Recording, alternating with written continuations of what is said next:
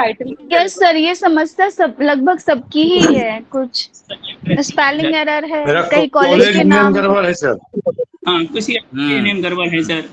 Sir उसकी एक list डलवा दीजिए, सब लोग चेक कर लें, जिसका गड़बड़ होगा तो दोबारा हम लोग सही कर देंगे। ये शफीउल जमा साहब का सजेशन बड़ा अच्छा है। एक लिस्ट डाल दें सर अकेडमिक स्टाफ की तरफ से। लिस्ट डाल दें, उनके पास जो लिस्ट है उसको आप करेक्शन करके जी एटलीस्ट मैसेज हम लोग कर दें सर, ऐसा हो कि हम लोग भी मैसेज कर दें। हम लोग का कॉलेज का नाम छूट गया है सर। अच्छा, किसी का कॉलेज का नाम आप लोगों के पास list of all the participant है या नहीं है? हाँ यस सर है, 150 का हम लोग के पास है लिस्ट सर। हाँ सर, आपने भेजा था वो। आपने जो हाँ, मैंने डाला था। यस सर, वो है सर। उसी में चेक करके आप अपने अपने करेक्शंस जहाँ हैं वो भेजते रहिए, और फिर फोन से कंफर्म कीजिए। अगर गलती से गलत सर्टिफिकेट भी आपकी सर्टिफिकेट आ जाती है आपके पास विद गलत स्पेलिंग्स, उसको रिप्लेस किया जाएगा, फिर दोबारा से सर्टिफिकेट इश्यू होगी। तो you will not have to worry about these things. All these matters will be taken care of. Bijapur sir एक thank you so much sir. Bijapur sir एक रिक्वेस्ट और है कि जैसे कि हम लोग के कॉलेज में एक 10-15 मिनट का अगर आप ले लेते क्लास तो आत्मसंतुष्टि हो जाती है सर। जैसे सर कॉलेज में जाते हैं तो हम लोग का डीएल कितना है, ठीक है, जैसे कि अभी मतलब कि जैसे हम लोग कोर्स कर रहे हैं सर, ठीक है, ये कोर्स और इसके बाद कौन सा कोर्स किया जाए, प्लस सर कॉलेज के ड्यूरेशन के समय कब पेपर पब्लिकेशन करें सर, ठीक है, जो कि एकेडमिक ग्रोथ के लिए हो। 10-15 मिनट सर आपके वाणी से सुन लेते तो हम लोग को अति आनंद आता और आत्मसंतुष्टि भी होती है सर। कुछ कंफ्यूजन रहता है। देखिए अलीगढ़ मुस्लिम यूनिवर्सिटी में 1700 टीचर्स हैं। Majority of the teachers used to sir mute कीजिए आप, अमरिंदर सर। थोड़ा माइक्स अपने बंद करें तो डिस्टर्बेंस नहीं रहेगा। Among the 1500-1600 teachers of Aligarh Muslim University, I was considered by my colleagues as an expert on leave rules. Leave के रूल्स कितनी तरह के लीव हैं, और उसमें मैं एक्सपर्ट था। Why I became expert was because I was availing lot of leaves. मैं तरह तरह की लीव लेता था। मेरी 37 years की सर्विस में 9 years I was outside Aligarh University. I was not in Aligarh. For 5 years I was in Delhi, for 3 years in Hamdard University, for 2 years in Jamia Millia Islamia, for 1 year in England, for 6 months in Canada, for 2 months in Texas, Dallas, Texas. And two sabbatical leave. Sabbatical leave is a study leave. This is available in central universities in entire career. आपको full 12 महीने की छुट्टी मिल सकती है central university में। हर 5 साल की service के बाद 2 ही बार मिलेगा। That also I availed. मैंने सारी छुट्टियां अवेल की, और यहाँ तक कि अर्न लीव भी अवेल किया। 30 डेज जब हम काम करते हैं तो एक अर्न लीव मिलता है, और 300 तक जमा होती हैं। 300 के बाद वो लैप्स होती हैं आपका अकाउंट में। Only payment can be made up to 300 only. Sir sorry to interrupt you sir, लेकिन हमको ऐसा बताया जाता है कि अर्न लीव नहीं रहता है, सिर्फ मेडिकल लीव रहता है। नो, आपको गुमराह कर रहे हैं, you are being misled by. हम लोग भी जानते हैं आइडिया नहीं मिल पाता है सर कि मतलब कि कब हमको सर हम लोग को भी एग्जैक्ट नहीं मिल पाता है कि कौन सा लोन कब डीएल मिलेगा सर, कब कितना डीएल मैक्सिमम हम लोग ले सकते हैं सर। ये सब का एग्जैक्ट जो है ना, क्या यूनिवर्सिटी का अलग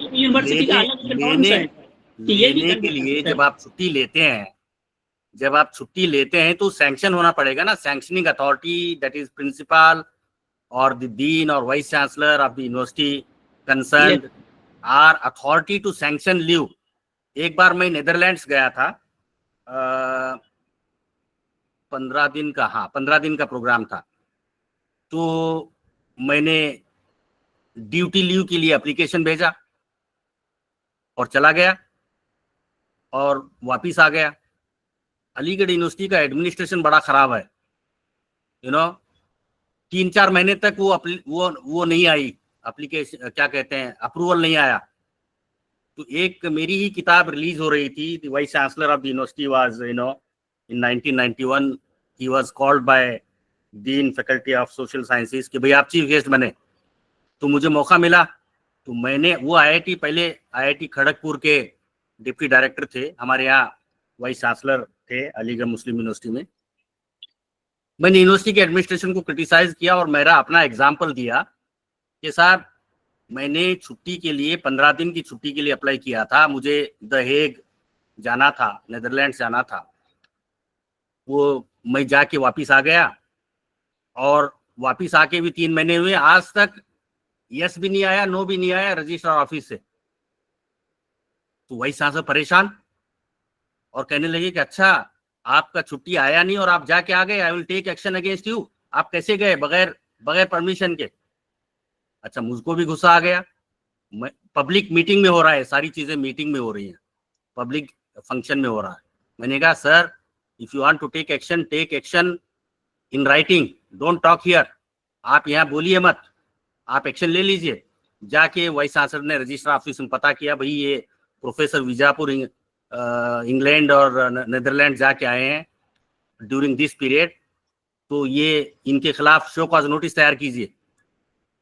तो वहाँ रजिस्ट्रार ऑफिस में छानबीन करने से ये पता चला कि आई हैड टेकन, मैं एक दूसरी और लीव लेके अप्लाई करके चला गया था, ड्यूटी क्या कहते हैं अपना ये जो हर 30 डेज के बाद आपको एक डीएल मिलता है ना, EL सर। वो मैंने अर्न लीव को अप्लाई करके चला गया था। Vice chancellor could not take any action. देखिए, you have to be very smart. अगर एक लीव नहीं आए तो दूसरा लीव का कागज छोड़ के जाइए, तो otherwise action will be taken against you. अच्छा, एक आपने सुना होगा, अभी किसी ने कहा मेडिकल लीव, हमारे रिसोर्स पर्सन नहीं आए तब तक मैं ही कंटिन्यू करता हूं। या I am not able to see on the screen. Okay, ये जो मेडिकल लीव है, इसका जो सही नाम है, it is commuted leave. Commuted leave का एक और नाम है हाफ पे लीव। हाँ सर, हाफ पे लीव बोलते हैं, 2 half pay leave is equal to 1 medical leave. हाँ जी, हाँ जी। Half pay leave, medical leave, commuted leave, ये सब ये एक ही है। हाफ पे लीव का मतलब, अगर आपने 1 दिन की छुट्टी ले ली कम्यूटेड मेडिकल, तो 2 मेडिकल लीव आपकी डिडक्ट होगी, कम होगी। और साल भर में 1 साल जब आप सर्विस करते हैं तो वो भी 10 जमा होती हैं। जिस तरह से अर्न लीव 10 जमा होती हैं, नॉन टीचिंग के लिए 12 जमा होती हैं, क्योंकि उनके लिए समर वेकेशन, विंटर वेकेशन नहीं होता। हमारे टीचिंग फैकल्टी के लिए 2 दिन कम मिलते हैं हमको, क्योंकि हमको 2 महीना समर वेकेशन है। तो ये जो कम्यूटेड लीव है, जो मेडिकल लीव है, ये भी जमा होती जाती है आपके अकाउंट में, लीव के अकाउंट में अकुमुलेट होती है। अनयूटिलाइज्ड लीव लैप्स नहीं होती है। तो जैसा कई लोगों को ये रूल नहीं पता है, कानून जानना भी बहुत जरूरी है। अर्न लीव अगर 300 है आपके रिटायरमेंट के वक्त, तो उसका पेमेंट होगा on the basis of your last salary drawn. काफी पैसा मिलेगा, 15-20 लाख रुपया मिलेगा। तो चूंकि मैं बहुत छुट्टियां लेता था, बहुत जगह जाना पड़ता था मुझे, कई जगह, तो मेरे ख्याल में 150 अर्न लीव थे अकाउंट में। अच्छा, कई लोगों को ये रूल नहीं पता है। हम तो कानून के भी माहिर हैं। मैंने इंग्लैंड में LLM किया, मेरे पास LLB है नहीं, मुझको स्पेशल एडमिशन दिया गया था। I was having a British government scholarship, तो मैं कानून का भी माहिर हूं। तो ये जो कम्यूटेड लीव है, इसको आप अर्न लीव के साथ जोड़ के आप 300 अर्न लीव का पेमेंट का डिमांड यूनिवर्सिटी से, अपनी कॉलेज से, अपने एम्प्लॉयर से कर सकते हैं। कानून को साइड करना पड़ेगा। मेरे 150 थे तो मैंने कहा भैया मेरे 700 हाफ पे लीव हैं, उसमें से आप ले लीजिए, लेके मेरे 300 बना के आप मुझे 300 का पेमेंट कर दीजिए, 300 डेज का पेमेंट कर दीजिए। They did it because my application cited all the rules and regulations.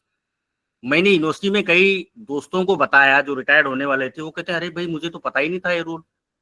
Many people do not know the rules. अच्छा, जब कॉलेज में आप जाते हैं, यूनिवर्सिटी में जाते हैं, तो यूनिवर्सिटी और कॉलेज वाले आपको जानबूझकर लीव के रूल्स नहीं बताते हैं ताकि आपको एक्सप्लॉइट करें, ताकि आपको डिनाई करें। You know, these are the approaches. That is why one has to be proficient in rules and regulations. ये सारे जानना बहुत जरूरी है। सेंट्रल गवर्नमेंट के रूल्स को देखिए, वही रूल्स मोर और लेस वही रूल्स एडॉप्ट हुए हैं कॉलेजेस में और यूनिवर्सिटीज में, हॉस्पिटल्स में। सरकारी जो रूल्स हैं गवर्नमेंट ऑफ इंडिया के, normally the same rules and regulations are there everywhere. Any other question, friends? I will try to find out about my resource person. Sir Hello.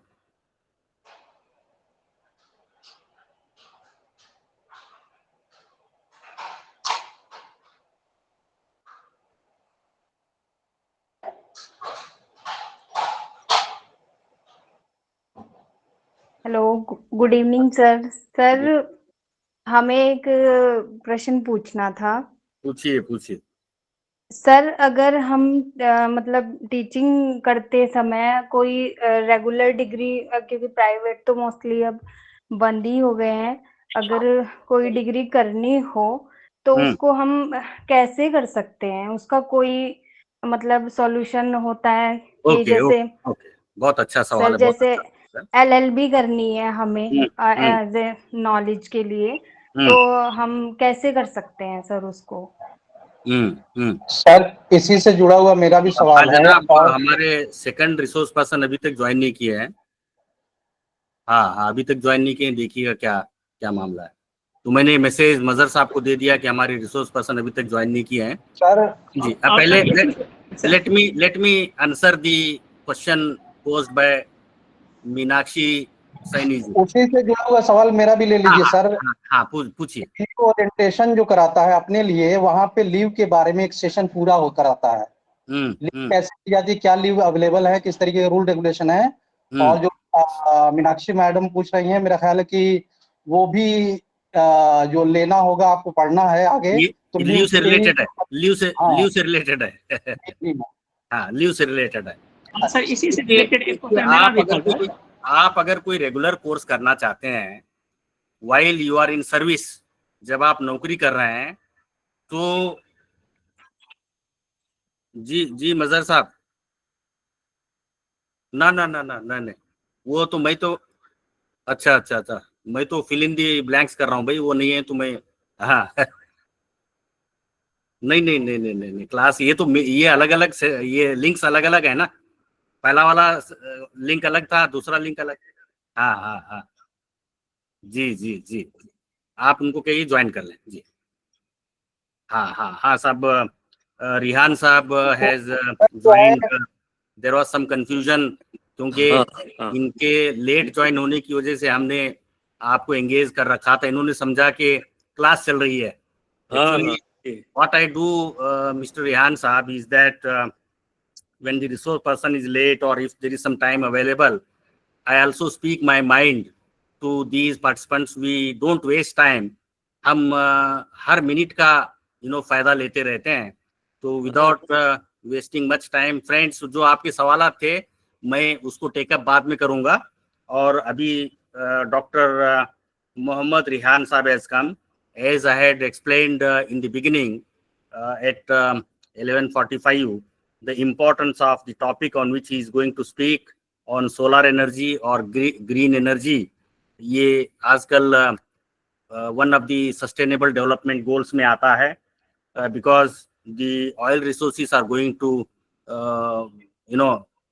खत्म होने वाले हैं, तो हमें कुछ अल्टरनेटिव एनर्जी का सोचना है. And since he is the Director General of National Institute of Solar Energy, Gurgaon, तो he is the right person. उनके यहाँ उस इंस्टीट्यूट में होता क्या है, how many policy recommendations they give to the government, and how serious is the government, all these aspects and many other aspects he must have planned a lot. Rehan Saab, I am sorry for the confusion which arose. You thought that I am taking the class. I was not taking the class, only I was filling in the gap. So now the floor is yours, Muhammad Rehan. No issue, sir. Thank you so much for introduction. And in fact, I was not aware that you are coordinating. I know that you are a regular resource person for the program there, so I thought you are the resource person. Anyways, no issue, sir. So straight away I'll go to my topic. And first I'll try to share my screen if I can show some of my slides. Next to camera, that arrow is there, screen share.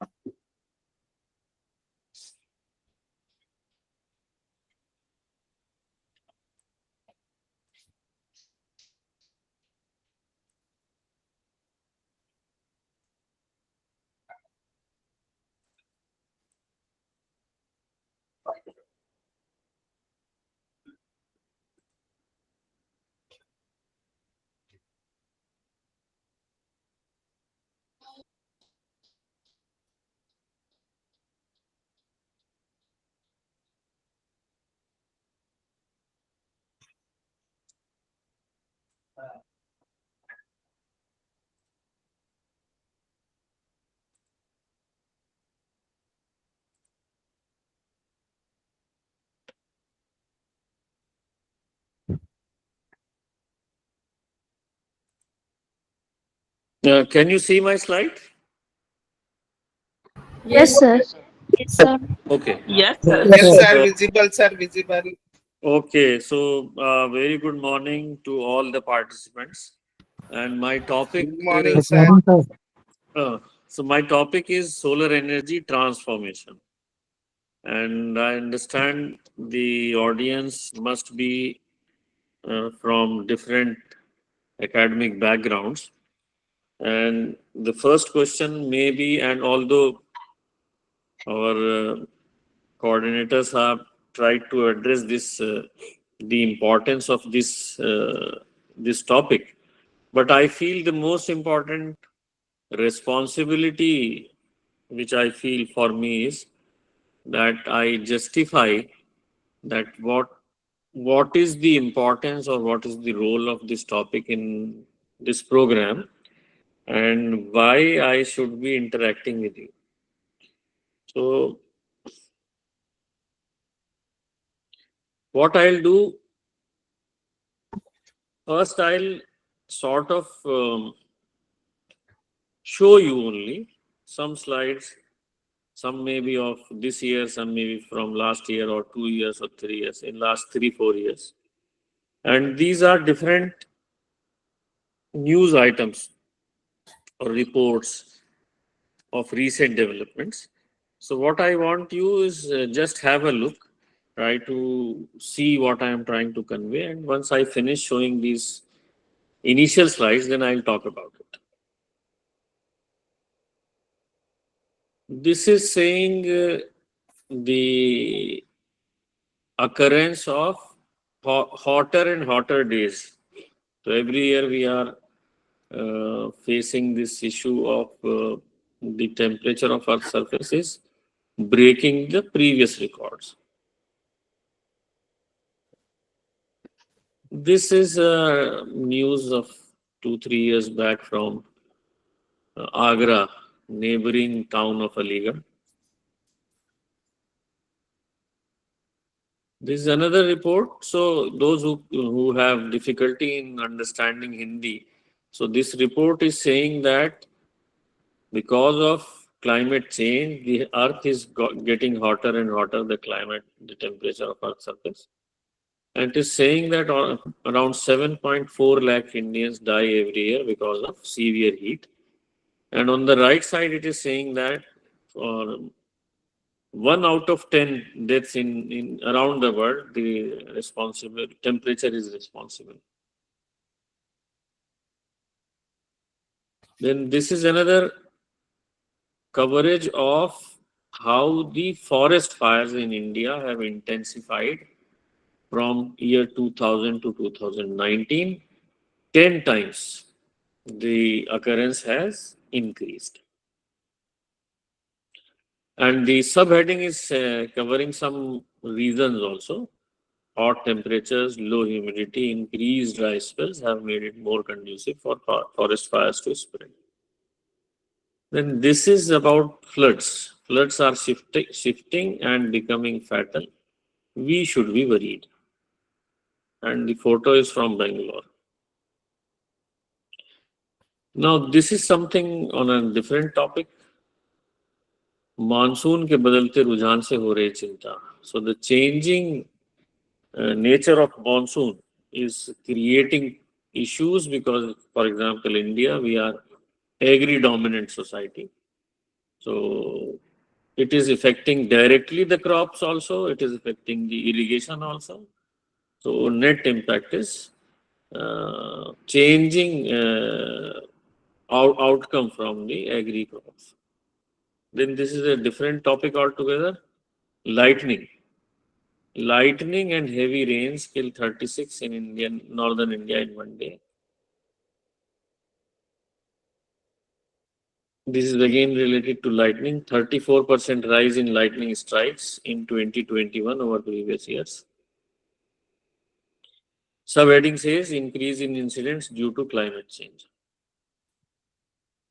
Again related to lightning, Madhya Pradesh, 111,111 die due to lightning in 40 days.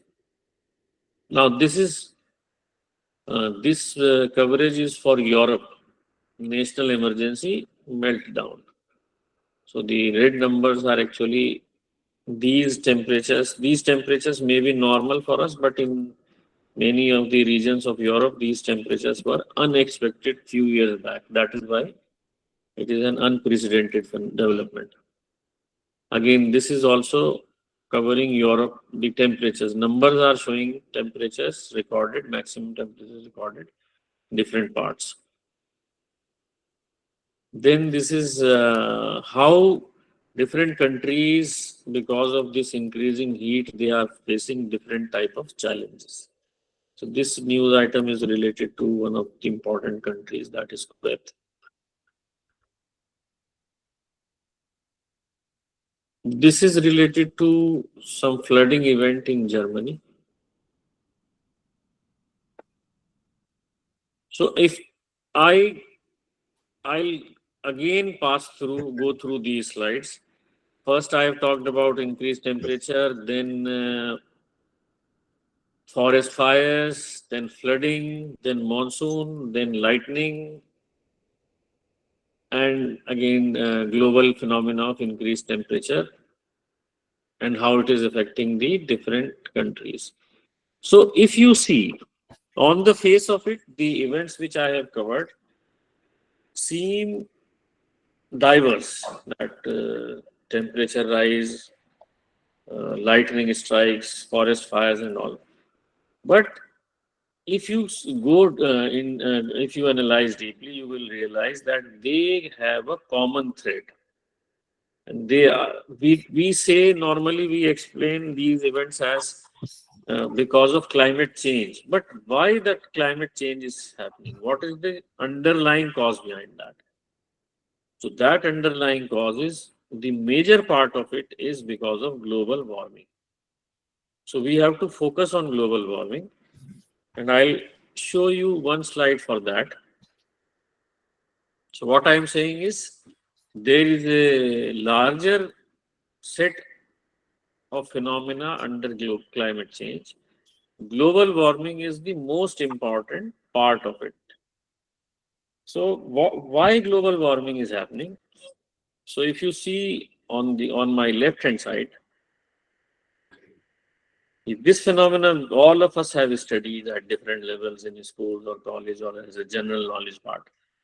So there is a greenhouse effect, and we know that when all the energy, almost for all energy which is being received on Earth, the source is sun. Solar energy reaches Earth, major part is absorbed, 2/3 maybe or more than 2/3, and the rest is reflected. So when it is reflected and traveling back, it encounters a layer of gases which traps some of the energy, leading to heating effect. And this phenomena is called as greenhouse effect. These gases are known as greenhouse gases, and by its basic nature, greenhouse is not a negative phenomenon.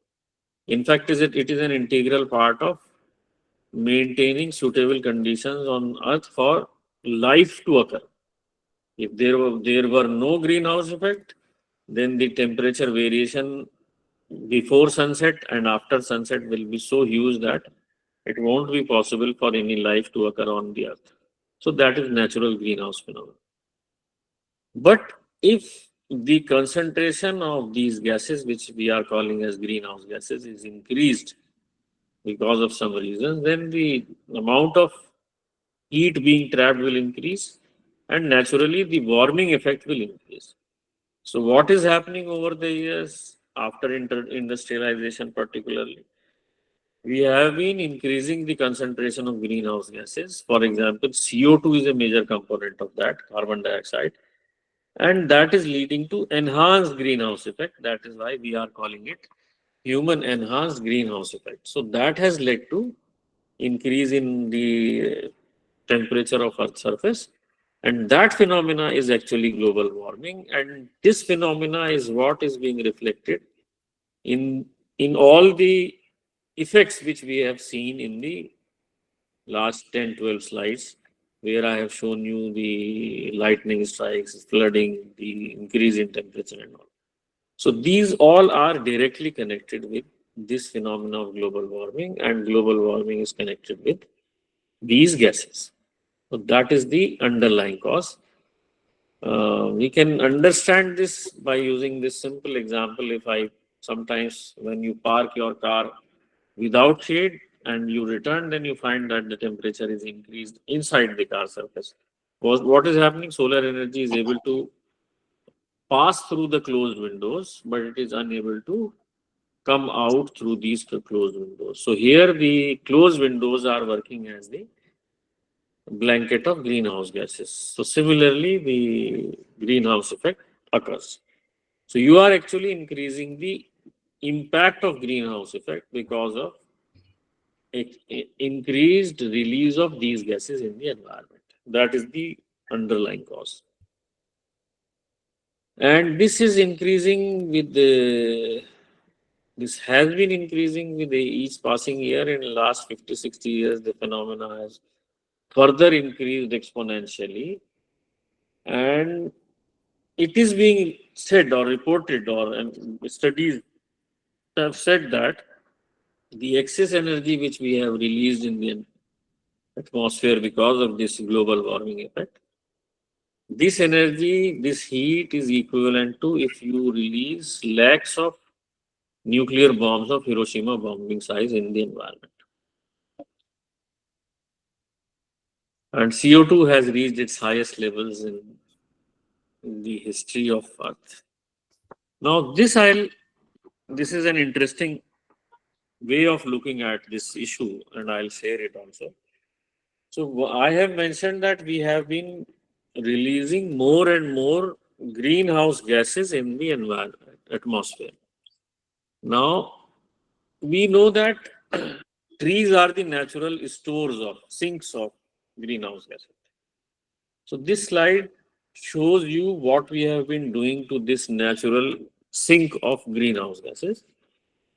So the age of Earth is around 4.6 billion years old. So because 4.6 billion is a very huge number and we cannot make sense of it. So let us, what we do, we scale it down to 46 years. So let me say 4.6 billion years is equal to 46. Then on that scale, humans have been on the earth for 4 hours only. The Industrial Revolution began a minute ago, and in that time we have destroyed more than half the world's forests. So if you see these three numbers, 46 years, 4 hours and 1 minute. So you will realize that how rapid has been this degradation.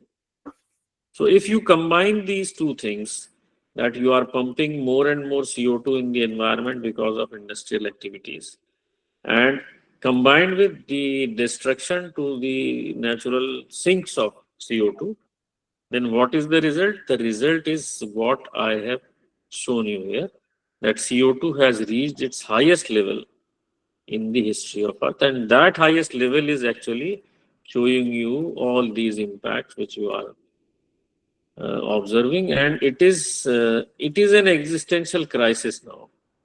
This is a lighter note take on this phenomena that somebody wrote. This was the news of 2022. Titanic replica could set sail by 2022. So somebody replied, should survive this time considering we have melted all the icebergs. So this is how the natural pace, natural landscape of the earth is being changed because of our activities. Some people discuss the phenomena, or they sometimes express some doubt on this whole issue, but I find this statement by Jeff Bezos, the founder of Amazon, the most relevant or apt statement. He's saying that now is not the time to debate the reality of global warming or climate change. In fact, it is a scientific fact, like photosynthesis, like gravity, etc. And we should accept and move forward to address the challenge. Now, I'll talk about our country. If I talk about our country, so there is a Intergovernmental Panel on Climate Change, IPCC, probably the most authentic body studying and publishing study results on the climate change challenge.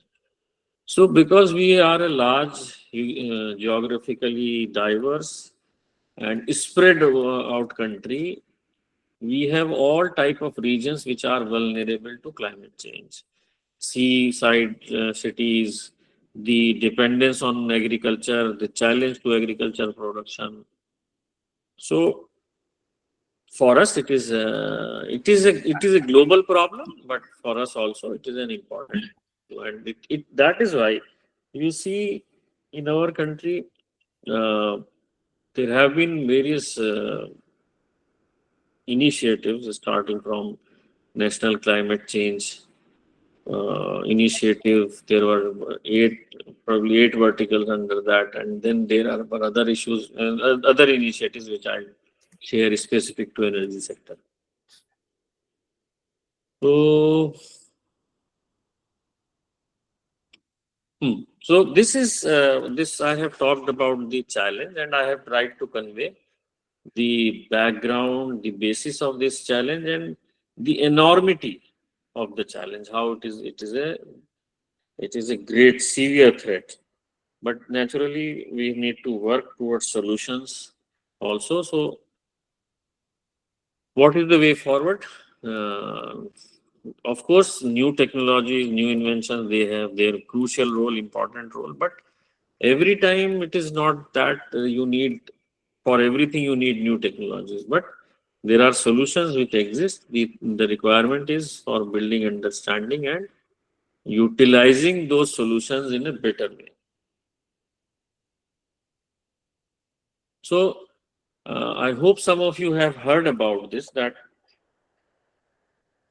globally, this is a This is an agreed and shared target by all countries that we will try to reduce the global carbon dioxide emissions.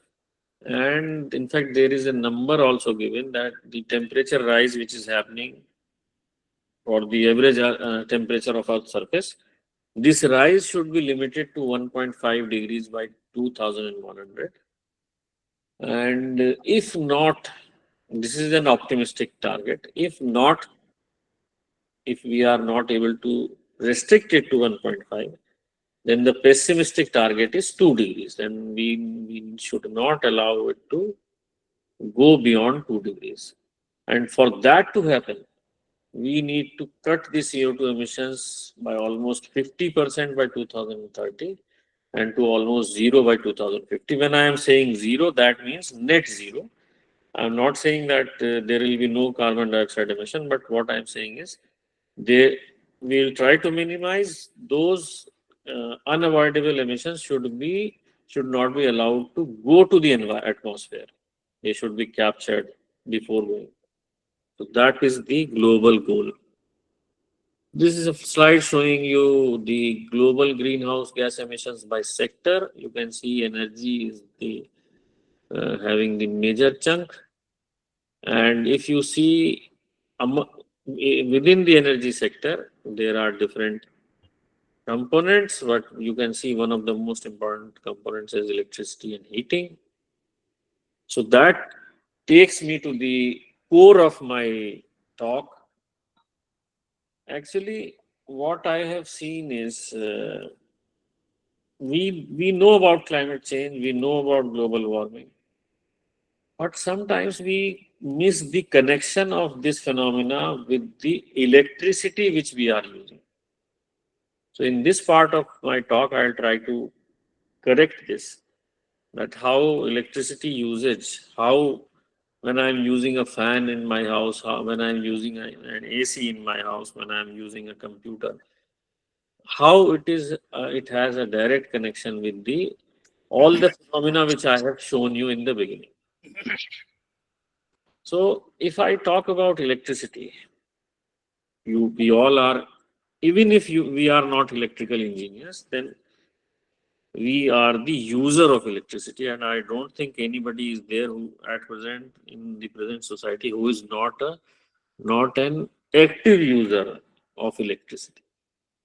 If you look at the beginning of or origin of electricity, the idea was how we invented electricity. The requirement was that once the sun sets, I should have some economical, convenient means of getting some light, getting the things illuminated, getting our lives illuminated.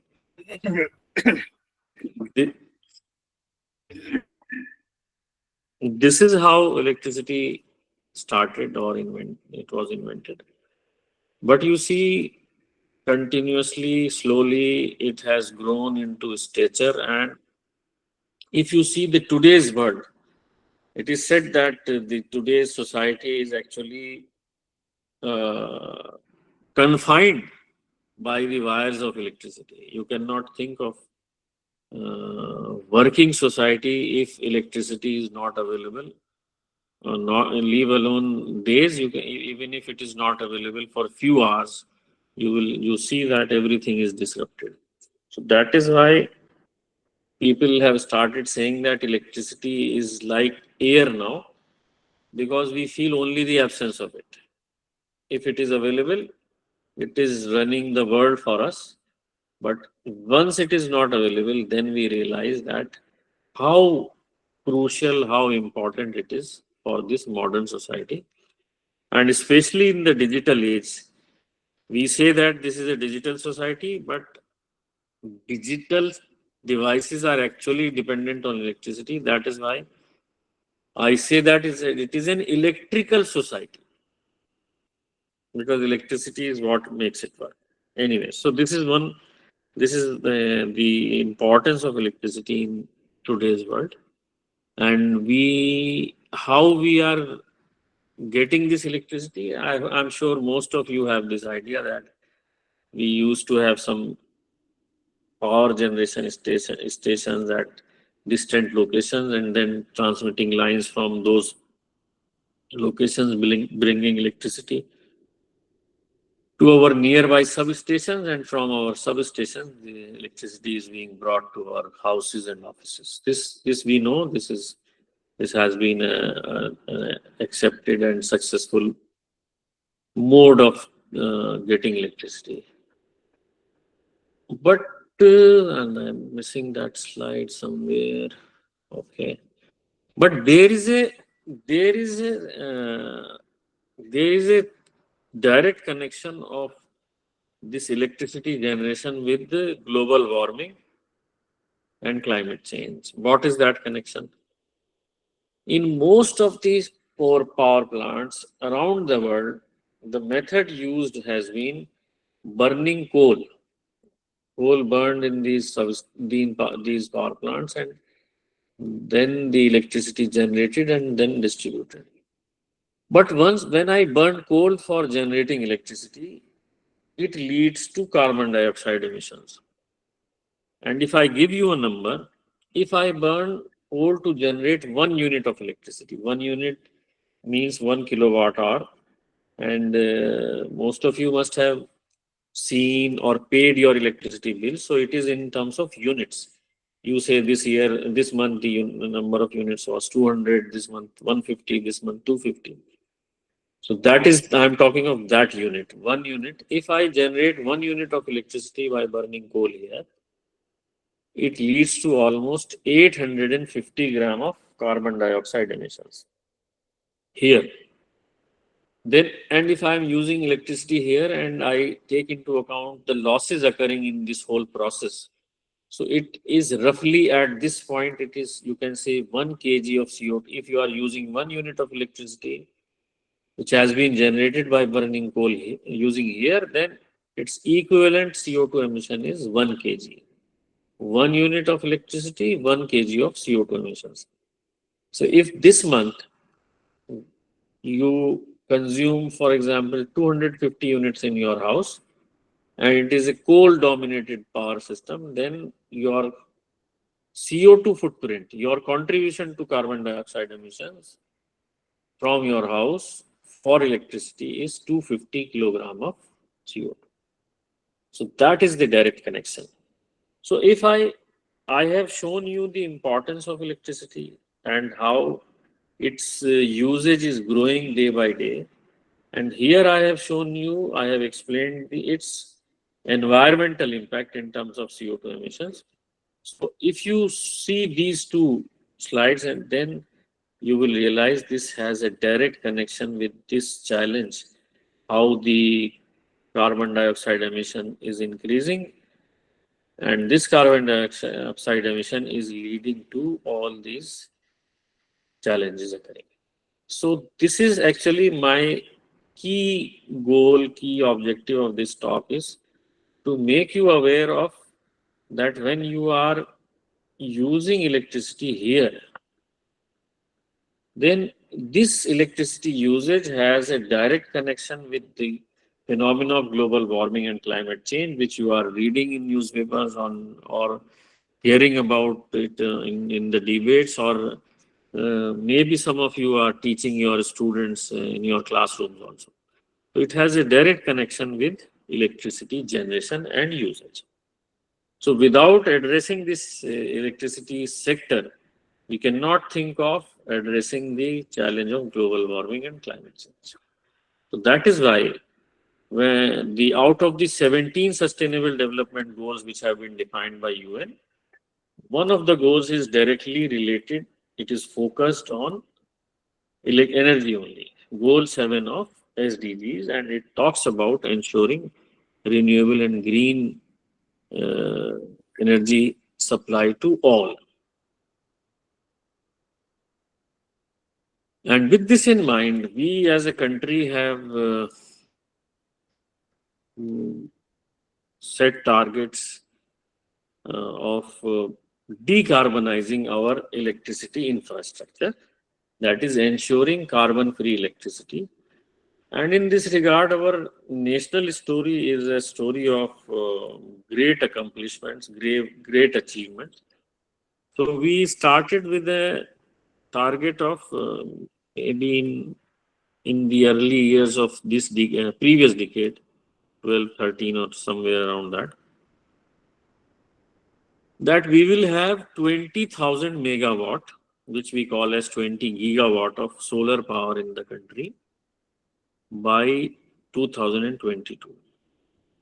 But that target was, no, not 20 gigawatt of solar power, 20 gigawatt of non-fossil fuel based sources like solar energy, wind energy, hydro energy.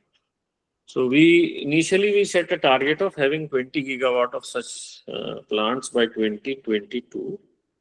Then around 2014 or 15, it was increased to 175 gigawatt. Okay, we will install 175 gigawatt of such plants by 2022. Out of that, 100 gigawatt will be from solar power.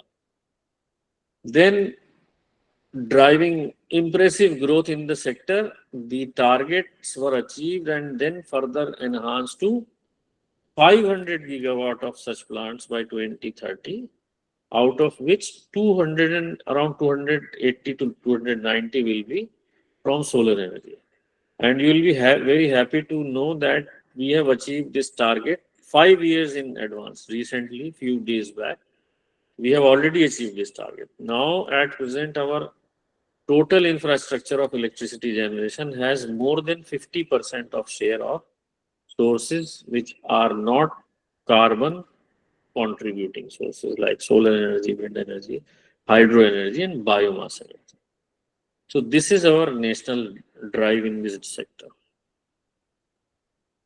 Why? What we are doing to, or what every country, not only us. This is almost every country is working on these three aspects, that we are trying to shift electricity generation from black sources like coal, which generate CO2, to green sources which do not pollute CO2, increasing energy efficiency and promoting energy conservation. This is very important to understand. When I say energy efficiency, I'll give you a very common example. Some of you must have used filament bulbs at least in your childhood. 100 watt bulb, yes, 60 watt, yellow. Yes, yes, those. Then these were replaced by CFL lamps.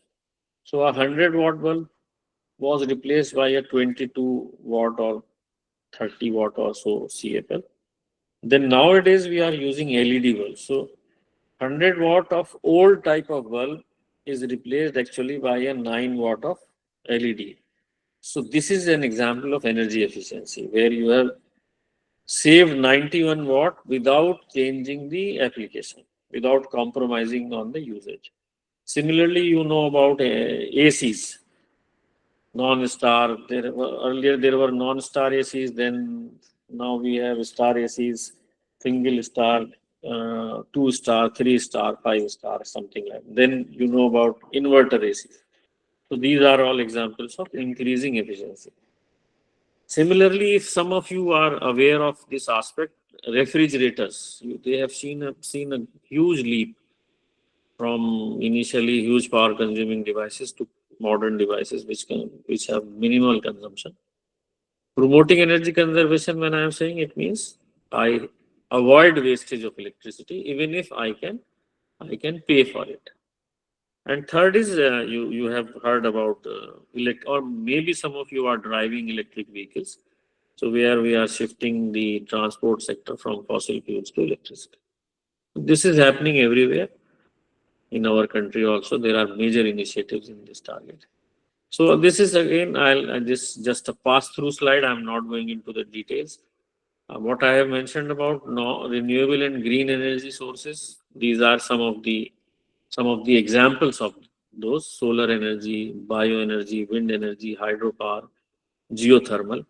So worldwide, if I talk about general share, so solar is the now the most dominant or the most, I would say, rapidly rising source, followed by wind energy and hydropower. Now, country-wise, it may change. Some countries have better climate for wind. Some countries, like our country, have better climate for solar energy. So they are doing accordingly. And this is a fact now that renewables will become the world's largest electricity source. There is no doubt about it. And people are saying that solar is the new king of electric power because it is replacing and it is expected soon it will be the dominant source compared to coal and other sources. So that leads me to explain in brief. Again, I'll keep the discussion technical, only enough for you to understand from a user's point of view, so that I would say that you should make a switch to this source if not done already. So what happens in this system? You install solar panels on the rooftop of your house or college department. When the sun shines, these panels convert the sunshine into electricity. This is in DC form. I am sure most of you are aware of DC and AC forms of electricity. It is in DC form. The inverter converts DC form into AC, and then it is fed to the distribution box in your home, where already you have a supply coming from the power corporation, from the pole. So now your home or office has two supplies, one from the grid, one from the rooftop solar panel. Now what happens? Whatever electricity you are getting from this plant, that will be sort of priority supply, and it will be feeding your house. If it is less than your requirement, then the balance will be fed from the grid. So for example, in a day you require, let me say, 10 units. And this plant has given you 6 units. And the remaining 4 are withdrawn from the grid, this part. And this whole working happens automatically. As a user, you won't realize, or you won't feel any disturbance, or you won't get to see that whether how much you are getting from solar energy or how much you are getting from the grid. This is completely automatic, managed by this inverter. So, and this will be reflected only in your bill ultimately. It will not be reflected anywhere else. Oh, the second thing is, now suppose your generation is more than your requirement. For example, your whole family was in the house till say 10 a.m. and you are using more electricity, and then all of you left for school, college or office, something like that. Now your generation is still there, but your load is less. Then what happens? The excess energy, it will transport to the grid through the same wires through which it was carrying electricity to your house. The same wires will carry electricity back to the grid, and in your meter it will be recorded as a negative consumption, that is export. And your meter will be a new meter, which is a bidirectional meter. We call it net meter. So it will have two readings. One is import, the other will be export.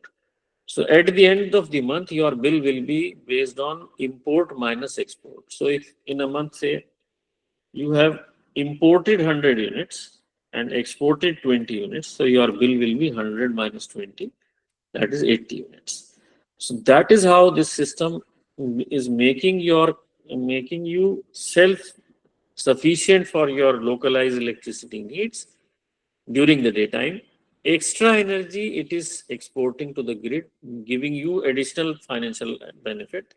Overall, it is giving you environmental benefit. As I have said that if you were consuming this electricity from coal-based plants, then your consumption would be number of units multiplied by 1 kg of CO2. So you are saving CO2 emissions, you are saving financially also. And one more important thing, there is no battery in this system. So that is why it will work during the sunshine hours only. At night time, you will continue to get your electricity from the grid like you have been getting so far. So because of absence of battery, it is economically more suitable, requiring almost no maintenance. So this is the system. This is called as grid connected solar PV power plant. This is the technology you are seeing mostly. Most of the solar plants you are seeing in the field or on houses, rooftops, colleges, everywhere. These are in this mode. And at present, we have our country has a very important national scheme also, which is known as PM Surya Ghar Yojana. PM Surya Ghar scheme. Under this scheme, the residential customers are being supported by the government with a subsidy of around 78,000 rupees for 3 kilowatt solar plant, and many state governments are giving additional subsidies. So the idea is that the users who have rooftop should switch to this mode of electricity generation.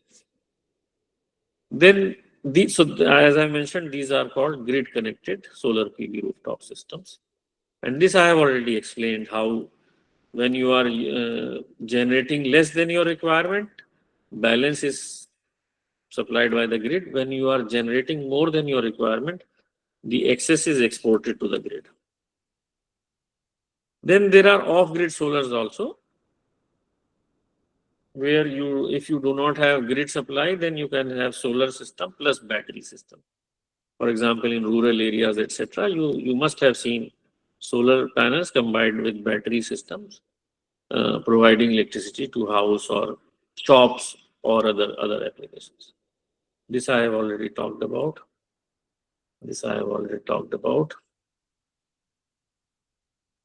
So how, see, I have talked about the national developments, the scenario achievements.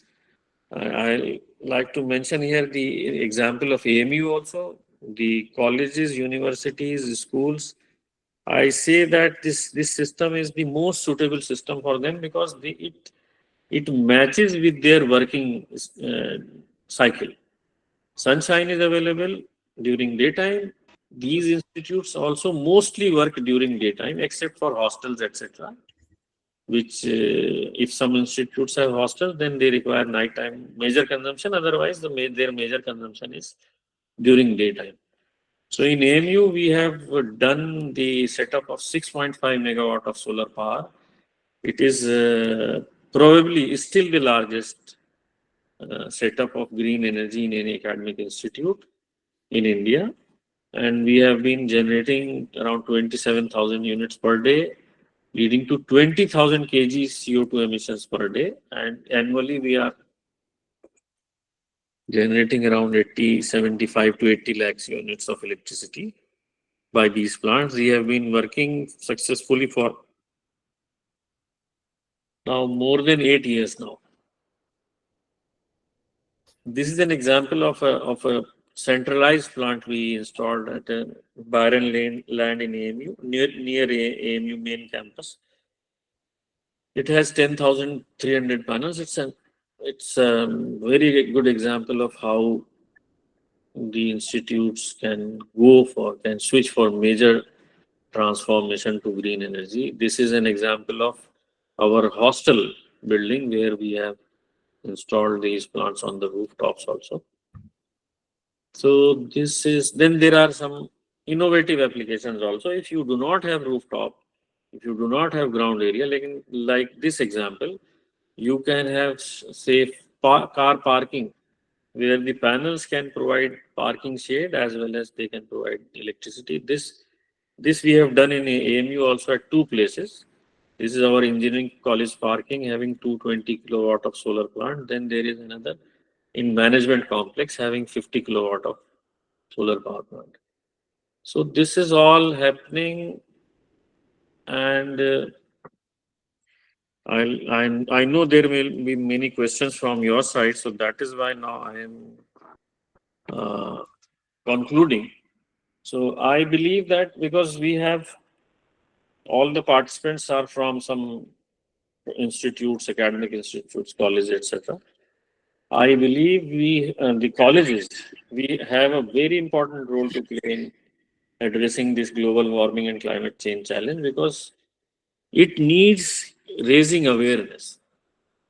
When we talk about these issues, we ensure participation of stakeholders. Then only we can talk about addressing the challenges. One thing. Second thing is, our institute should reflect the solutions also. For example, I have talked about energy conservation. Let us start a drive in all the institutes of how we can conserve energy without compromising our work. I have talked about energy efficiency. Let us ensure that energy efficient appliances are used, not the energy wasteful appliances. And then I have shown you how you can shift from conventional sources of electricity to green sources of electricity. So that is why the need is to walk the talk. If we are talking of only the concepts of solutions, then I think we need to go beyond that, and we need to showcase also. That is how then only the general society will come forward. And we and the institutes have students. That is such an important part of stakeholders, because they can inspire, they can motivate not only their friends but their families also. So that is why I believe the colleges have a very important role to play. I think that is all from my side. This is a very important cover of Time magazine a few years back. What happens to the planet next is up to us. Thank you so much. Now I'll be opening for questions. Just a minute. Thank you, Dr. Mohammad Rehan Sahab, for creating awareness amongst all of us, because we all are stakeholders. Yes. To save the planet. Friends, now the session is open for question answers. You may be having many queries, questions, observations, comments, agreements, disagreements. You can speak your mind.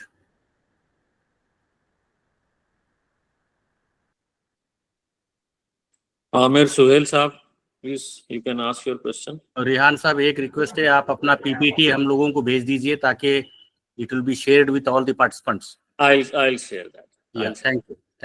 Good morning sir, myself Aamir Suhail.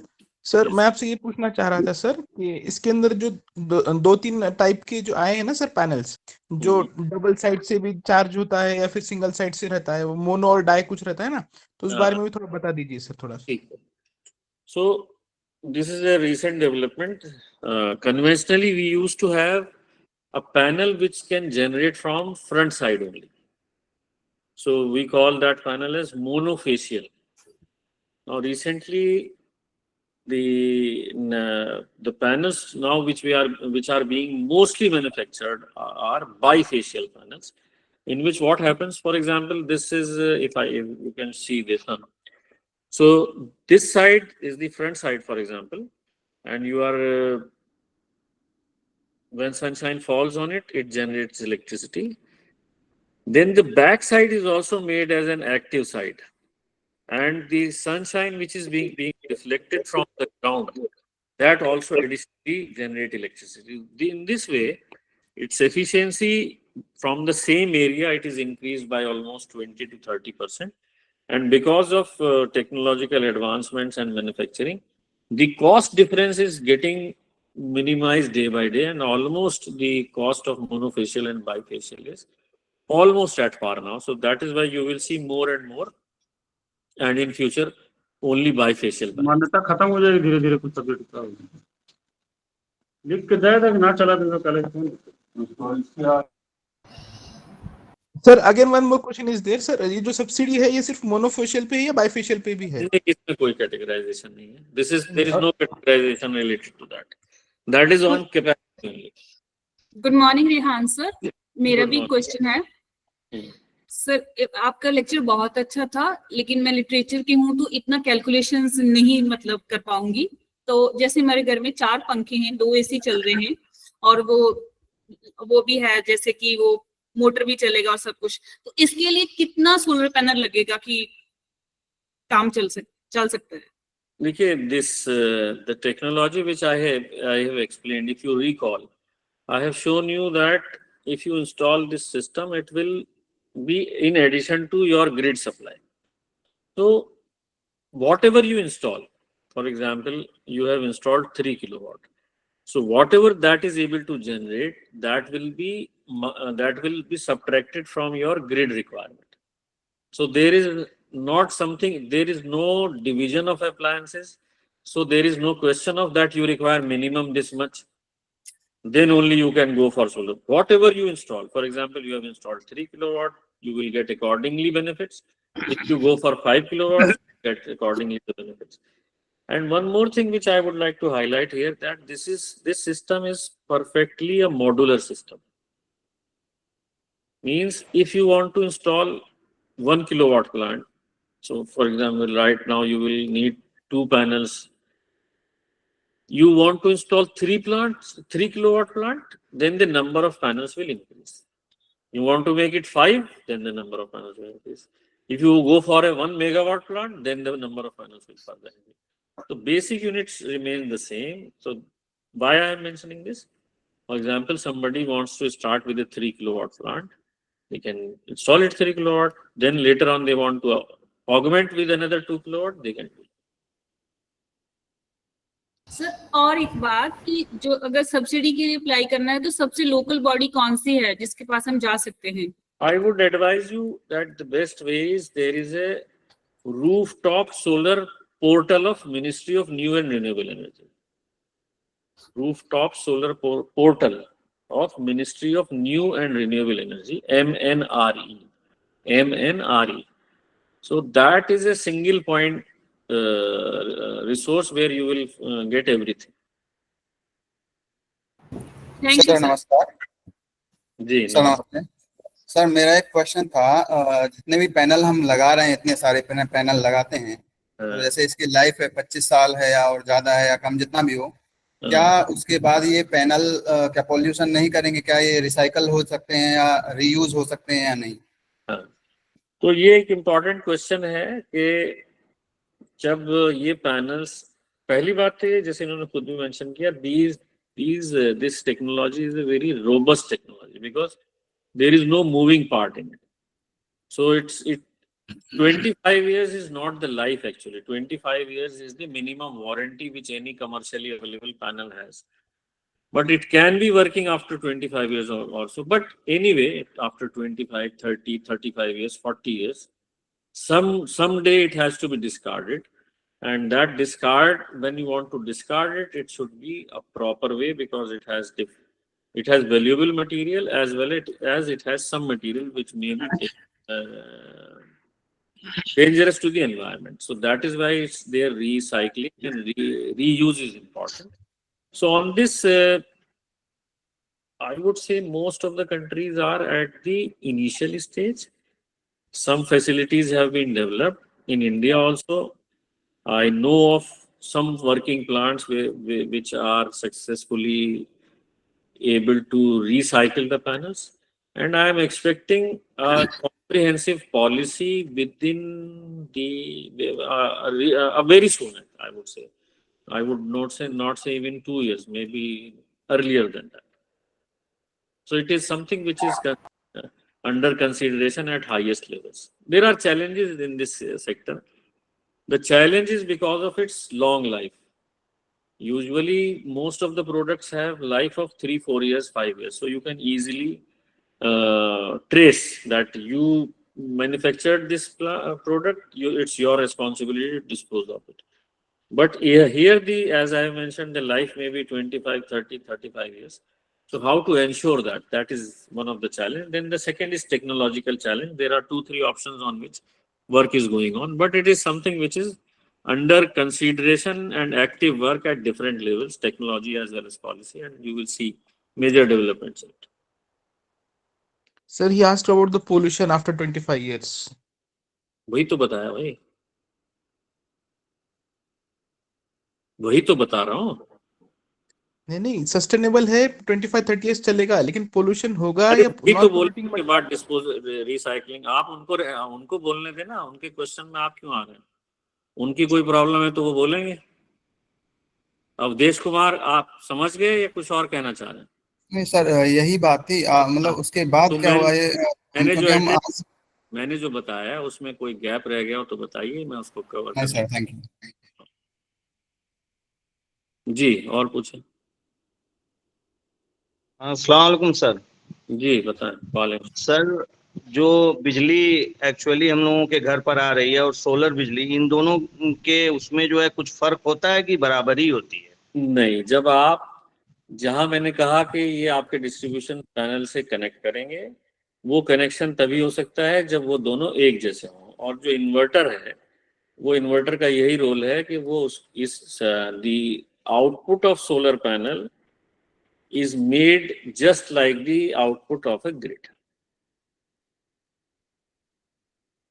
ठीक। तो sir और मेरा एक sir सवाल है sir, जिस solar panel के उसके लिए ग्रिड वगैरह की व्यवस्था की जा रही है। एक बात ऐसा है, जो सवाल पूछें वो पहले अपना एरिया सब्जेक्ट भी बताएं, तो that will help me in addressing the question कि वो किस फील्ड से है। जी आप पूछिए अमरेंद्र जी। हम लोग एरिया सर बिहार से है सर, तो वहाँ भी आपका सब्जेक्ट, एरिया में सब्जेक्ट आप किस डिसिप्लिन के, ताकि उनको जवाब देने में आसानी हो। जी बताइए। मतलब सोलर एनर्जी के तरह उस तो पावर प्लांट वगैरह भी डेवलप होना चाहिए ना सर, लेकिन हो नहीं रहा है सर। मैं नहीं समझा क्या पावर जिस तरह थोड़ा सा एक्सप्लेन करिए क्या कहना चाह रहे हैं। जिस तरह बिजली का प्रोडक्शन हो रहा है, सरकार जिस तरह थर्मल पावर लगा रही है बिजली के प्रोडक्शन के लिए, उसी तरह सोलर एनर्जी के प्रोडक्शन के लिए भी पावर प्लांट सरकार के तरफ से लगना चाहिए, उसके लिए अलग से व्यवस्था होनी चाहिए, लेकिन ऐसी नहीं है। वो व्यवस्था आप शायद मिस कर रहे हैं। वो व्यवस्था तो बहुत बड़े स्तर पे हो गई है, हो गई है क्या, चली रही है। एंड आप अभी हमारे देश में 110 गीगावाट के सोलर प्लांट चलते हैं, जिसमें से छोटे प्लांट का शेयर बहुत कम है। मेजर शेयर जो है वो बड़े प्लांट्स का ही है।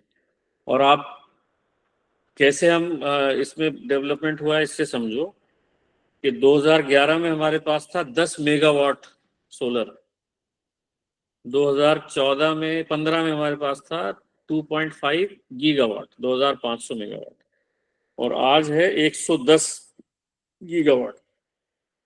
तो और हम 2030 तक चले जाएंगे 290 गीगावाट पर। तो ये मतलब इससे ज़्यादा फास्ट तो पॉसिबल ही नहीं है।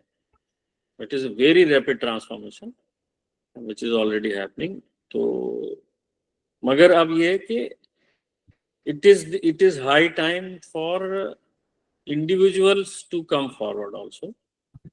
आपको जब, जैसे कि मैंने बताया कि इसमें फाइनेंशियल बेनिफिट भी है, एनवायरमेंटल बेनिफिट भी है, और आप समझते हो कि हम एनवायरनमेंट एक चैलेंज है, आप समझ रहे हो CO2 एमिशन भी चैलेंज है, और फिर आप एक टीचर भी हो, तो you have some added responsibility towards society. तो मेरा ये कहना है, रिक्वेस्ट ये है सभी पार्टिसिपेंट से कि आप अपने कॉलेज में देखें पहले तो क्या हम वहाँ पे अडॉप्ट कर रहे हैं, नहीं कर रहे हैं। अगर मैनेजमेंट नहीं कर रहा है तो उसकी क्या रीजन है, क्यों नहीं कर रहा है। दूसरे इंडिविजुअल लेवल पर भी इसके लिए मैं ये कह सकता हूँ बस एक लाइन में कि अगर आपके पास छत है, और बजट की बात मैं इसलिए नहीं करूँगा क्योंकि मैं जानता हूँ जितने पार्टिसिपेंट्स होंगे वो रीजनेबल फाइनेंशियल पोजिशन के होंगे। अगर आपके पास छत की स्पेस है तो ना लगाने का कोई रीजन नहीं, ना लगाने का कोई रीजन नहीं है, ना फाइनेंशियल ना टेक्निकल। आप लगाइए एंड आप फिर मुझे मैसेज करेंगे कि साहब आपने एडवाइस किया था, बड़ा फायदेमंद रहा। चलिए अगला क्वेश्चन। हर इंडिविजुअल का एक कंट्रीब्यूशन होगा जी, और सेविंग द अर्थ। चलिए और क्वेश्चन पूछ लें। और मेरी रिक्वेस्ट है जो एक पूछ लें वो थोड़ा रुक जाएं, दूसरे लोगों को पूछ लेने दें, रिपीट ना करें तो अच्छा है। बाद में अगर टाइम बचेगा, वैसे टाइम अब बचता हुआ कम लग रहा है, मगर आप जल्दी जल्दी पूछ लिए। जो please ask questions, 10 minute utilise करें।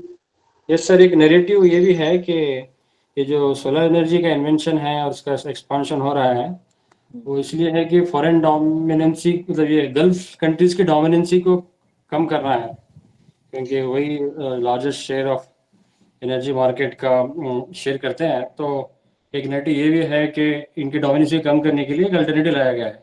अब जैसा सर आप बताया कि फ्यूचर में सोलर एनर्जी का ही future is of solar energy only, तो सर अब ये पैनल को जब डिकम्पोज करते हैं तो उतना ही कार्बन डाइऑक्साइड इमिट होता है एक पीरियड के बाद जितना फॉसिल फ्यूल से और कोल से होता है, तो ये कहाँ तक सही है सर? पहली बात तो जो है वो उसको मैं ये कह सकता हूँ कि जैसे बहुत सारी थ्योरी चला देते हैं लोग, वही थ्योरी है। थ्योरी के बारे में बोलने वाले लोग बोलते रह जाएंगे, और ऑलरेडी जिन कंट्रीज की बात आप कर रहे हो they have already started shifting to this. तो उन्होंने तो ऑलरेडी रियलाइज कर लिया है कि this is the way forward, और वो खुद भी स्टार्ट कर चुके हैं इस पे शिफ्ट के लिए। दूसरी बात ये कि हाँ, जो आपने डिकम्पोजिशन उसकी बात कही है, मैं आपको फिर एक नंबर देता हूँ। बहुत से लोग ये कहते हैं कि जब सोलर पैनल बनाते हैं तो इतना कार्बन डाइऑक्साइड एमिशन हो जाता है, तो उससे कोई फायदा नहीं। अगर मैं 1 किलोवाट का पैनल बनाऊंगा तो उसको बनाने में 50 ग्राम CO2 एमिशन होगा लाइफ टाइम, एक बार में हो गया हो तो जो, और वो 1 यूनिट जनरेट करने में ही 1 kg CO2 बचा देगा। तो इसलिए नंबर्स इस बात पे मैच नहीं करते जो आप कह रहे हैं, तो फैक्ट्स आर डिफरेंट। और दूसरी बात ये है कि जो आपने पहली बात की, दूसरी बात की, दोनों का कंबाइंड एक और जवाब भी है कि देखिए, दुनिया भर में कोई भी चीज एक्सेप्ट होती है तो ऐसे नहीं हो जाती कि वो उसके पास कोई बेस ही नहीं है, सिर्फ कॉन्स्पिरेसी थ्योरीज पे नहीं चलती है टेक्नोलॉजीज की अपने प्रोज एंड कॉन्स होते हैं। अब आप समझो कि सोलर पैनल पहला कब बना है? 1956 में सेल बना है, 1970s में सोलर पैनल बन गया। तो फिर पिछले 50 सालों में किसी को क्यों ये ख्याल नहीं आया, 60 सालों में, कि चलो ऑयल प्रोड्यूसिंग नेशंस को दबाना है, इसको यूज कर लेते हैं? ऐसा नहीं। क्यों? क्योंकि जो इन्वर्टर टेक्नोलॉजी है वो बाद में डेवलप हुई। ऐसी जो उसको किसी ने सवाल पूछा था कि ये उसको उसी क्वालिटी का बना दे जो पावर ग्रिड की क्वालिटी इलेक्ट्रिसिटी, ये बाद में हुई जब वो डेवलप हो गई। फिर इसका रेट बहुत हाई था, फिर मार्केट एक्सेप्टेंस हुआ, आज आप देखो this is the most suitable panel. तो ऐसा नहीं, टेक्निकल चीजें अपने पेस से, अपने डेवलपमेंट्स के हिसाब से इवॉल्व होती है। ठीक, चलिए और पूछें। Thank you sir. If there are no questions, let me request Dr. Amrendra Kumar ji to propose vote of thanks to Dr. Mohammad Rehan Saab, who enlightened us on this very neglected field. यहाँ sunshine हमारे यहाँ बहुत ज्यादा है लेकिन neglected है। In my state, in Karnataka and Andhra Pradesh, ये जो विंड मिल्स है ना, इसकी भी एनर्जी हम लोग, इससे भी इलेक्ट्रिसिटी जनरेट हो रही है। हवा बहुत चल रही है साउथ इंडिया में। विंड मिल्स आपको कर्नाटक में जगह जगह विंड मिल्स नजर आएंगे। विंड में भी अभी 50 गीगावाट का एस्टेब्लिशमेंट रीच किया हम लोगों ने। उसमें टारगेट है 100 तक जाना है। And Karnataka is doing well in solar energy also, अच्छा कर रहा है जी। और आपने जो बात कही, थियोरेटिकली ये कहा जाता है कि अगर किसी जगह पे 300 सनी डेज हैं तो that is an ideal location for solar energy. तो हमारे देश में ज्यादातर जगह ऐसी होंगी, मोस्टली एक कुछ स्टेट्स को छोड़ के, जहाँ पे 300 ज्यादा। एनीवेज, चलिए अब इसे कंक्लूड करते हैं। Thank you. आप कुछ कह रहे थे अमरेंद्र जी, आप अपनी फॉर्मेलिटी कर लीजिए। आप मिल गया सर जी, मेरी जवाब तो मिल गई सर। जवाब नहीं, अच्छा ठीक है, चलिए। तो चलिए फिर आप लोगों से फिर कभी बात sir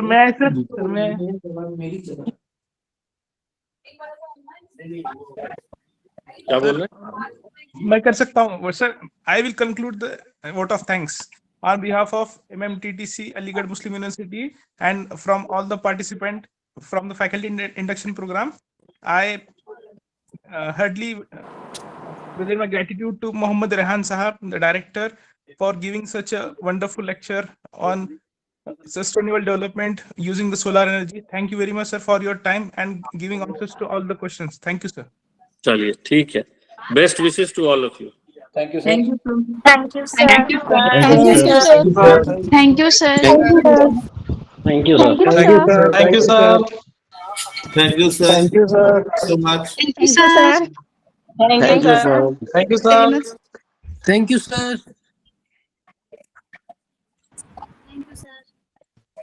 Thank you, sir. Friends, thank you very Thank much. you, sir. अस्सलाम वालेकुम सर, थैंक यू। जी जी जी, अभी भी आपके पास 5 मिनट हैं। कोई हम लोग सर एक लेक्चर सर लीव के ऊपर देखिए ना सर, नहीं होगा तो हम लोग हाँ नहीं, वो जो सवाल का जवाब दे दूं, आपके लीव का जवाब दे दूं तो I was talking about earn leave. Hina ma'am Fatima ma'am इनको हम म्यूट नहीं कर पा रहे हैं। मजहर साहब भी कहीं चले गए। दे दूंगी, आपको भेज दूंगी। You can Hina ma'am ask for adding unutilized commuted leave, medical leave। अगर आपके अर्न लीव कम पड़ रहे हैं, 300 नहीं है आपके पास, तो आप ये कह सकते हैं कि भाई मेरी अनयूटिलाइज्ड जो मेडिकल लीव है 2:1, 2 मेडिकल लीव का 1 दिन का अर्न लीव बनता है, उसको आप ज्वाइन करके 300 तक का पेमेंट आप ले सकते हैं। आज ही हमारे सेंट्रल मिनिस्टर, आई थिंक उनका नाम कोई वितेंद्र सिंह या कुछ है, उन्होंने एक नई लीव का अनाउंसमेंट कर दिया आज की तारीख में। लेटेस्ट लीव, हर government employ, specially central government employ can take up to say 10 to 15 days of leave to take care of old parents। Old parents का केयर करने के लिए सर एक minute Fatima ma'am please sir, आपकी आवाज नहीं हो रहा। फातिमा मैडम सुन नहीं रहे, वो ऑन करके कहीं चली गए। देखिए इसी से पता चलता है कितने लोग सीरियस हैं या नॉन सीरियस हैं। अस्सलाम वालेकुम सर, सुन रहे सर? हम बोलिए सर। अरे भाई म्यूट कीजिए, म्यूट। आपका डिस्टर्बेंस आ रहा है, आपकी घर की बातें पब्लिक डोमेन में आ रही हैं। देखिए right to privacy is there. आप अपनी घर की बातें दूसरों को मत सुनाइए, घर तक ही रहने दीजिए। कॉलेज में है सर, हम घर में नहीं, कॉलेज में है सर। अरे उनको सबको भगा दीजिए, आपके आसपास जो लोग हैं उनको भगा दीजिए कि भैया मीटिंग चल रही है। जी okay sir. Okay, thank you. Friends, ये बड़ा अच्छा सवाल है। आप एक काम कीजिए, एक मैसेज क्या नाम है, डॉक्टर फैजा अब्बासी को डालिए कि लीव रूल्स पे I can deliver lecture, but I am not given any honorarium if I am coordinator। तो हमने एक पहला लेक्चर हमने लिया था, उसका कुछ पेमेंट होता नहीं है। Otherwise in question answer session जो 15 मिनट हमारे पास बिटवीन द 2 सेशंस हैं, उसमें मैं कई तरह के लीव आपको बताता रहूंगा, तो that is not a problem if somebody is available. क्योंकि हर बंदा नॉलेजेबल नहीं है। हमारे कई लोग जो हैं लीव जानते नहीं है, लीव कितनी किस्म की लीव हैं, how many kinds of leave are available. ये जो एक्चुअली जो कंसेप्ट ऑफ लीव है, it is part of right to rest and leisure. ये 1917 में जब कम्युनिस्ट रेवोल्यूशन आया, अक्टूबर रेवोल्यूशन आया रशिया में, workers rights were recognised. 8 hours a day, 40 hours a week। पहले लोग 8 घंटे से ज्यादा काम करते थे। इंडस्ट्रियल रेवोल्यूशन के जमाने में 2 शिफ्टें होती थी इंडस्ट्रीज में, आजकल 3 शिफ्टें होती हैं, 8 hours का एक shift. Paid holiday, Saturday Sunday is a paid holiday.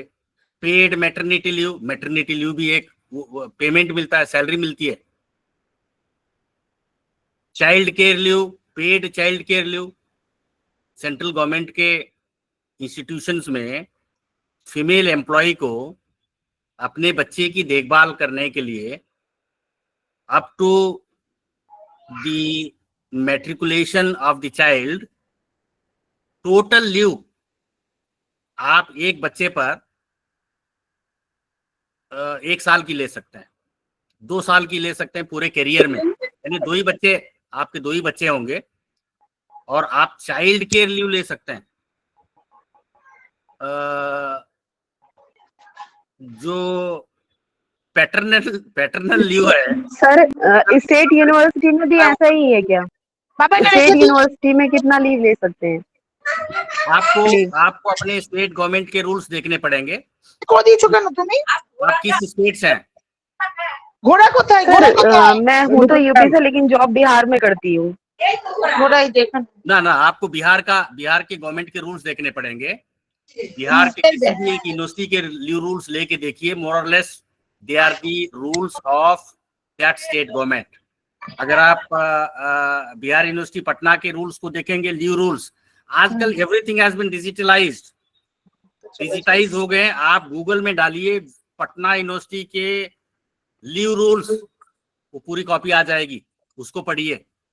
You see, you have to gather knowledge from every source. Yes. Any other person who has a question? Sir UGC जो है वो हमें कैजुअल स्टेट में तो एक ही rule ना होगा sir. क्या है? One at a time, please. Rajiv Rathore जी, क्या सवाल है आपका?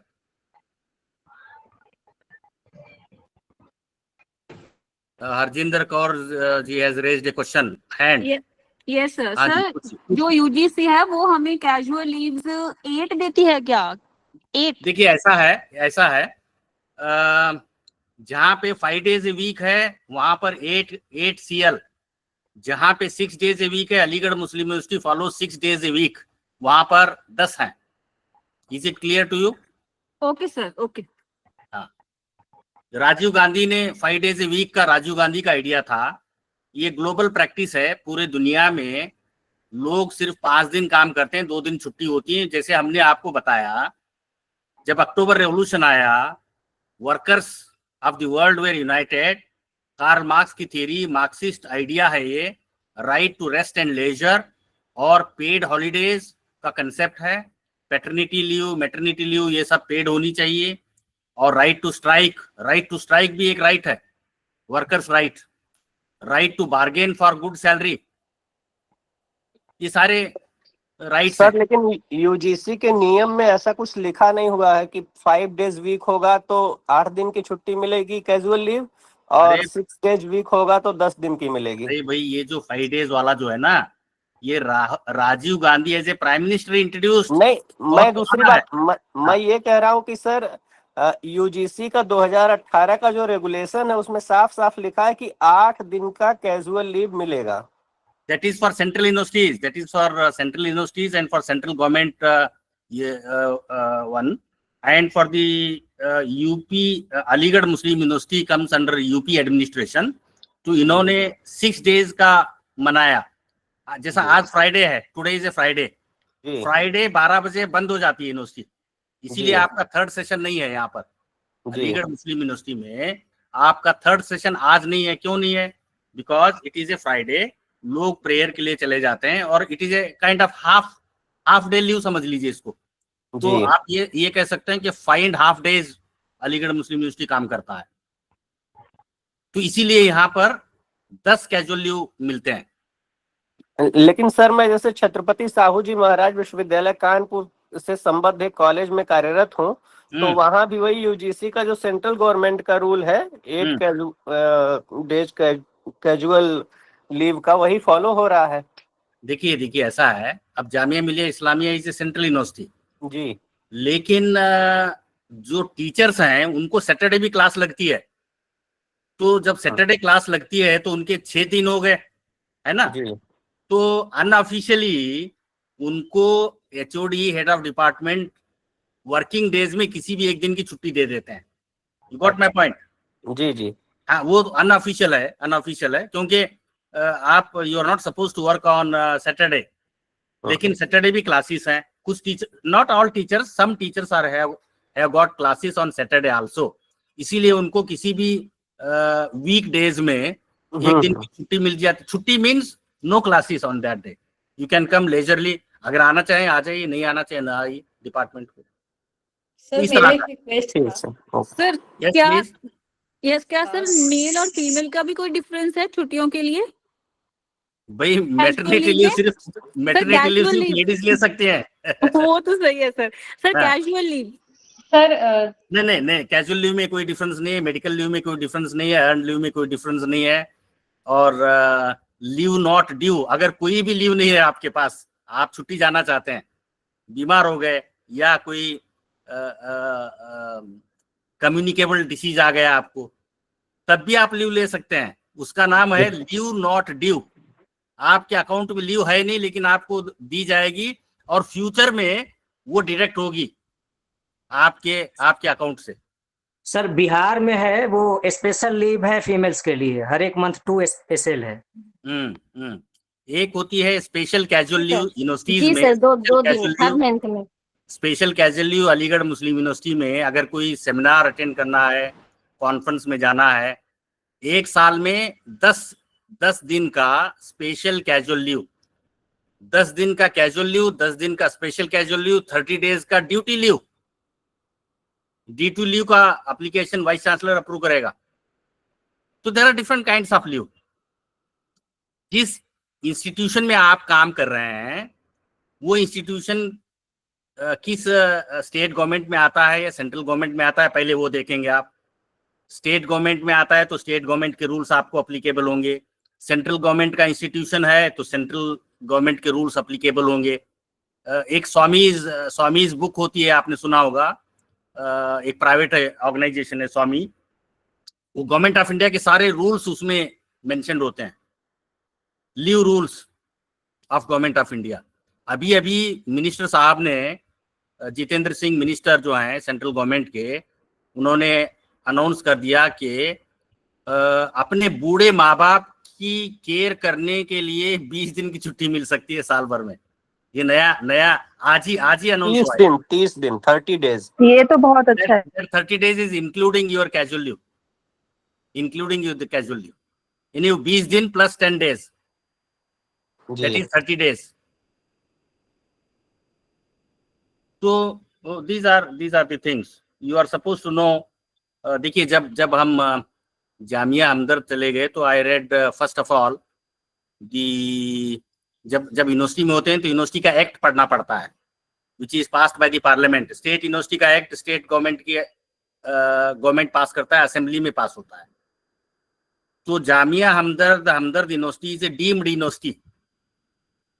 वो MOU के बेसिस पे, MOU between the chancellor, founder, that Hamdard Waqf foundation, ministry of education, UGC, ये तीनों के बीच में एक एग्रीमेंट हो गया, MOU, और द यूनिवर्सिटी वाज एस्टैब्लिश्ड। उस MOU में एंड में एक बड़ा इंटरेस्टिंग क्लॉज है। I think 2-3 teachers from Jamia Hamdard are also our participants. I do not know if they have read that.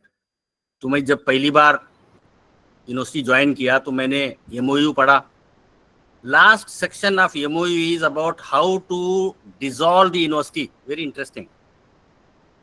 इस यूनिवर्सिटी को कैसे बंद किया जाए, because it is a private university. Private university कभी भी दुकान बंद करके जा सकते हैं। No, that procedure also is laid down in MOU signed between Hamdard, national Waqf foundation, ministry of education and the UGC। आजकल डीम्ड यूनिवर्सिटी ऑलमोस्ट आइडिया खत्म हो गया, क्योंकि स्टेट असेंबली आपके लिए एक्ट पास कर देती है प्राइवेट यूनिवर्सिटी के नाम से। ये नया कंसेप्ट है, प्राइवेट यूनिवर्सिटी। अभी पिछले 15-20 सालों से प्राइवेट यूनिवर्सिटी का कंसेप्ट आ गया। पहले जो कंसेप्ट था डीम्ड यूनिवर्सिटी का कंसेप्ट था। Dayalbagh institute in Agra is a deemed university, 1917 में बनी deemed university. There are deemed university which are created as a result of MOU, not as a result of the passing of an act by the assembly or the parliament। क्योंकि legal foundation भी होना चाहिए किसी भी इदारे को बनाने के लिए। You have to have legal safety.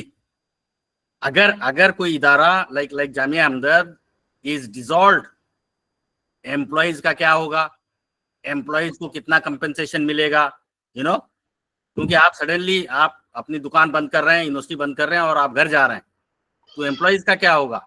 उनको या तो 5 साल की एक्स्ट्रा तनख्वाह दे दीजिए, something like that. All those things will be, worked out by the 3 persons who collaborated in signing MOU, UGC, then Ministry of Education, Government of India, and then the foundation, private foundation, which has sponsored the educational institution. Friends, हम लोग अभी कितना 10 minute ज्यादा चले गए अपना 12:15। बहुत अच्छा चल रहा है सर। एक रिक्वेस्ट मैं करना चाह रही थी। टेस्ट हो 20 नमाज भी पढ़ना है। हाँ जी, अभी 2 मिनट में खत्म करते जो हैं। लीव के बारे में बात चल रही है, तो जैसे हम लोग फ्यूचर में अभी जो प्रीवियस लेक्चर्स भी हुए हैं कि पीएचडी के बाद पोस्ट डॉक करना है और रिसर्च प्रोजेक्ट हैं इन सब की, तो उनके रिगार्डिंग मैं रिक्वेस्ट करना चाह रही थी कि एक लेक्चर ऐसा हो जाता जिसमें हमें ये बताया जाता कि स्टेट यूनिवर्सिटीज में, सेंट्रल यूनिवर्सिटीज में क्या क्या रूल्स हैं इसी लीव के लिए, कि हम जो पीएचडी हैं तो आगे पोस्ट डॉक करने के लिए हमें कौन सी लीव मिल सकती है, और सैलरी वगैरह भी कैसे क्या। हम भी कह देते हैं डॉक्टर फैजा अब्बासी को कि अगर कोई रिसोर्स पर्सन मिल जाए, the best kind of resource person on this matter will be से assistant registrar concern with leave.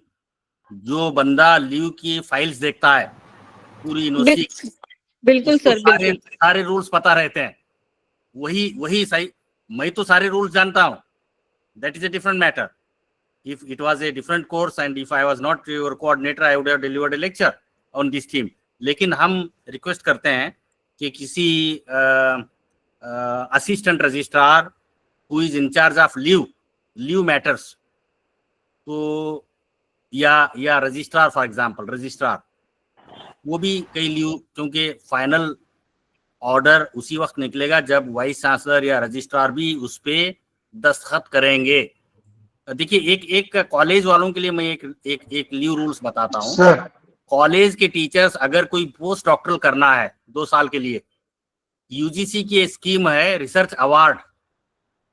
उस रिसर्च अवार्ड में होता क्या है, आपकी 2 साल की तनख्वाह यूजीसी आपके कॉलेज को देगी, प्लस कंटिजेंसी अमाउंट होगा, और you will be treated on duty.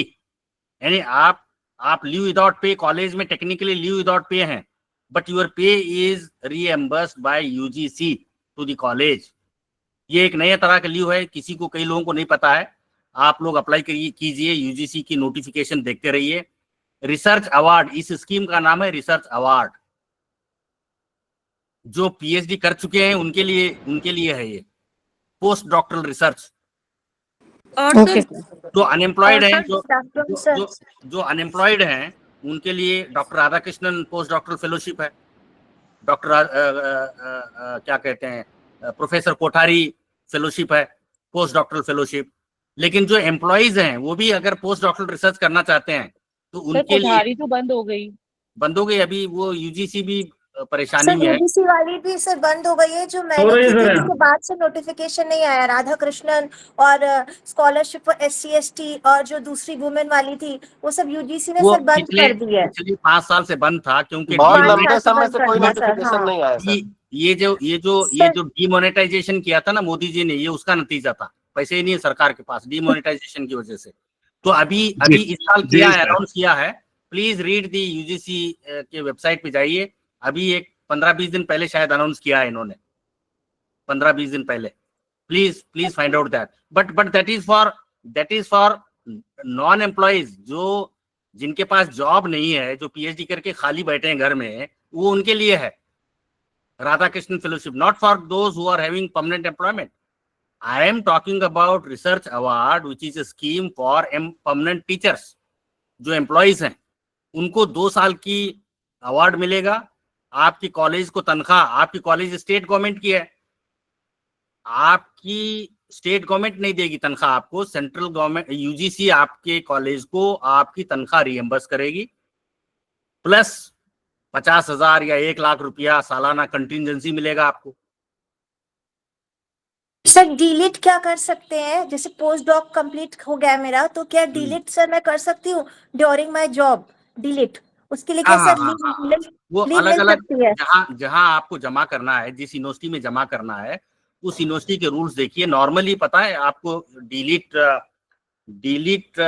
वही कर सकते हैं जिनको ऑलरेडी पीएचडी अवार्ड है, और दूसरा डिलीट वो लोग जमा कर सकते हैं अगर आपका कोई पब्लिश्ड किताब बहुत फेमस हो गई, बड़ा एमिनेंट हो गई, आपकी किताब बड़ी लोगों ने तारीफ की, उसी पब्लिश्ड वर्क को आप डिलीट के लिए जमा कर सकते हैं।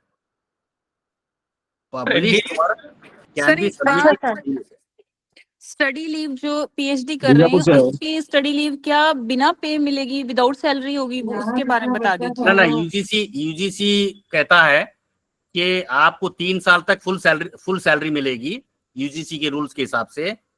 चौथे साल में हाफ सैलरी मिलेगी या 75% मिलेगी, 5th ईयर में हाफ सैलरी, ऐसा कुछ रूल्स है।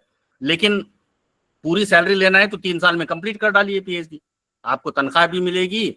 और for example when I went to England for my masters, I was already employ in the university, तो मैंने स्टडी लीव ले लिया। स्टडी लीव में आपको तनख्वाह मिलती है पूरी, your salary is given, and my salary was a huge salary at that time because I was associate professor in 1988। आज से पता कितने साल हो गए, बहुत पहले की बात है। I was very young, I was 32 years of age. So, I got full salary plus British government scholarship. And the scholarship and fellowship are not counted for income tax. ये भी याद रख लीजिए, अगर आपकी यूनिवर्सिटी आपकी सैलरी से income tax काट रहा है तो वो इलीगल है, because that additional amount lecturer की बहुत आईटी बहुत कम जाता है, या हम लोग जब लेक्चरर थे, असिस्टेंट प्रोफेसर थे, जाती ही नहीं थी, इनकम टैक्स के स्लैब में आते नहीं थे। एसोसिएट प्रोफेसर होने के बाद तो आ जाएंगे। और ये अगर फेलोशिप आप लेते हैं कोई, तो that is a fellowship not an income, वो इनकम नहीं है आपकी, तो that is exempt from income tax. ये सारे रूल्स जानना भी जरूरी है, वरना आपका कॉलेज आपको तंग करेगा, आपका हेड ऑफ डिपार्टमेंट आपको तंग करेगा, आपका फाइनेंस ऑफिसर, आपका वाइस चांसलर तंग करेगा। वो लोग रूल जानते हैं लेकिन आपको सताना है, उनका ऑब्जेक्टिव है आपको थोड़ा सा ठीक करना है, दैट इज द मेंटालिटी।